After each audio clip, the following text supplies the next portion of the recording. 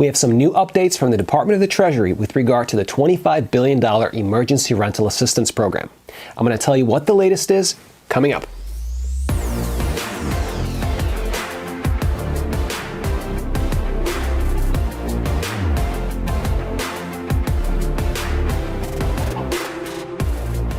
Hey guys, if we're just meeting, my name is Vitaly Volpov. I'm a practicing attorney, an active real estate investor, and a part owner of a real estate brokerage in upstate New York. On this channel, I discuss relevant legal concepts as well as best strategies and tips for real estate investing and personal finance. If you're new to the channel, consider subscribing and hitting the notification bell so that YouTube notifies you of all my future content. If you enjoy the content in this video, hit the like button and comment down below. And as always, whenever I'm discussing legal concepts, just remember, nothing that I say should be construed as legal or financial advice. I provide this information for educational and entertainment purposes only, and you should always consult with your own attorney and your own advisor before making any legal or financial decisions. Last but not least, the views and opinions that I express in this video are my own alone and don't necessarily reflect those of my law firm or any of my business partners. So as you may have heard, the new Stimulus Act includes a $25 billion rental assistance program.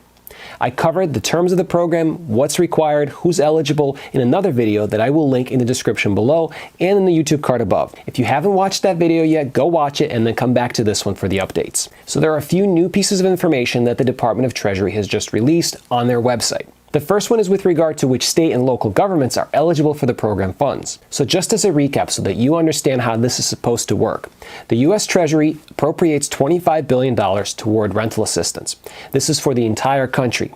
And then this money is supposed to be divided proportionally based on population between states and local governments. According to the Department of the Treasury, in order for a local government within a state to receive its own grant funding under this program, they must have a population of at least 200,000 people. So as long as a unit of local government meets this threshold, it does not need to wait for the state and can apply for this funding directly. The Treasury Department on its website has provided us with a list of local governments that meet this threshold based on 2019 census data.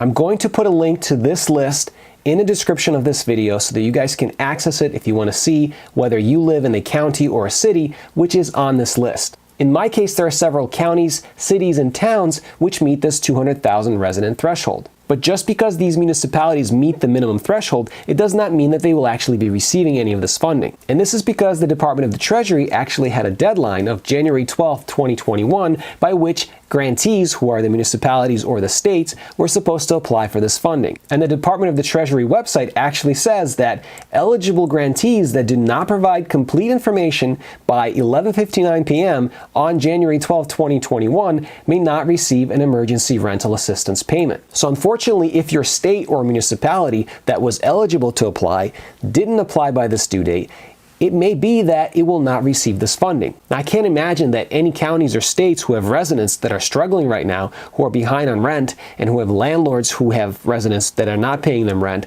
would not actually meet this deadline and make sure that they applied in time.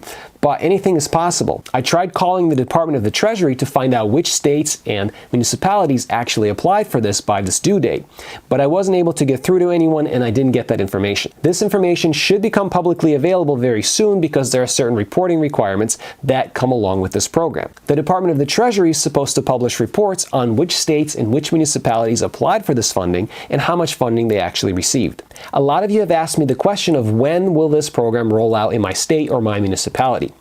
The answer to this is unclear right now. The states and municipalities had until January 12, 2021 to submit their applications to the federal government for this funding. From there, the federal government is supposed to provide the funding within 30 days of the enactment of the new Stimulus Act, which was enacted on December 27th, which means that by January 27th or thereabouts, they're supposed to provide this funding to the states and municipalities who have requested it. From there, it will be up to each state and each municipality as to when they're going to roll their programs out, when they will be ready to provide this funding. So in order to answer this question, you need to find out which agency in your area is going to be administering the funding and then ask them about their timing. Another thing that I think is interesting to know is how much funding each state is eligible for.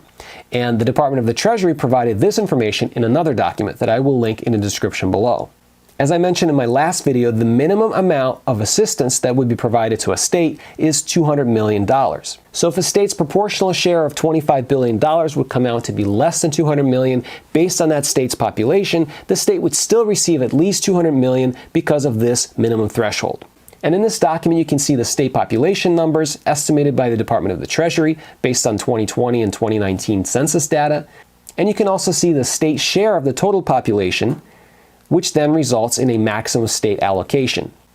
And so, for example, Alaska, which only has a population of 731,000 people, would normally receive less than $200 million, but here in this document you can see it will be receiving $200 million, assuming that it applied in time. On the other hand, a state like California, which has 39 million people, would be receiving an amount of up to $2.6 billion in rental assistance. And unsurprisingly, the 4 states that are going to be receiving the most rental assistance here are California, Florida, which is going to receive $1.4 billion, New York, which is set to receive $1.28 billion, and Texas, which is set to receive approximately $1.94 billion. Other things published on the Department of the Treasury's website basically reinforce the rules that are outlined in the Stimulus Act section that relates to this program. Specifically that at least 90% of the awarded funds must be used for direct financial assistance to eligible households, and not for other purposes that grantees, in other words, states or municipalities that receive the funding from the federal government, decide to allocate those funds to. These funds are supposed to be distributed completely through December 31st, 2021. My hunch is that they will go much quicker than that because the need is so great right now. As I mentioned in my previous video, there are estimates out there that say that renters currently have a back rent backlog of approximately $70 billion. So the $25 billion should go very fast and likely will not be enough to cover all of the arrears. The Department of the Treasury's website also touches on the eligibility criteria for eligible households. Again, this is not different than what I discussed in the previous video. You guys can check that out here, or you can check it out in that video. But another thing that wasn't really clear from the law, and this is something that I think is a new piece of information, is that eligible households that include an individual who has been unemployed for the 90 days prior to application for assistance, and households with income at or below 50% of the area median are to be prioritized for assistance.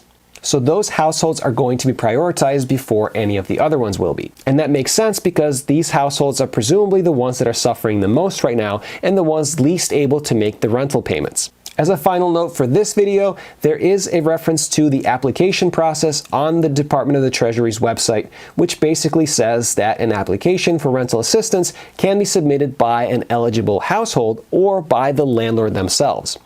As I mentioned before, landlords do need to work with their tenants if they're going to apply for their tenants or assist their tenants in applying, because tenants still need to sign the application and they will need to provide personal information with regard to their income and other factors that the grantee, the state, or the municipality may consider in approving them for this funding.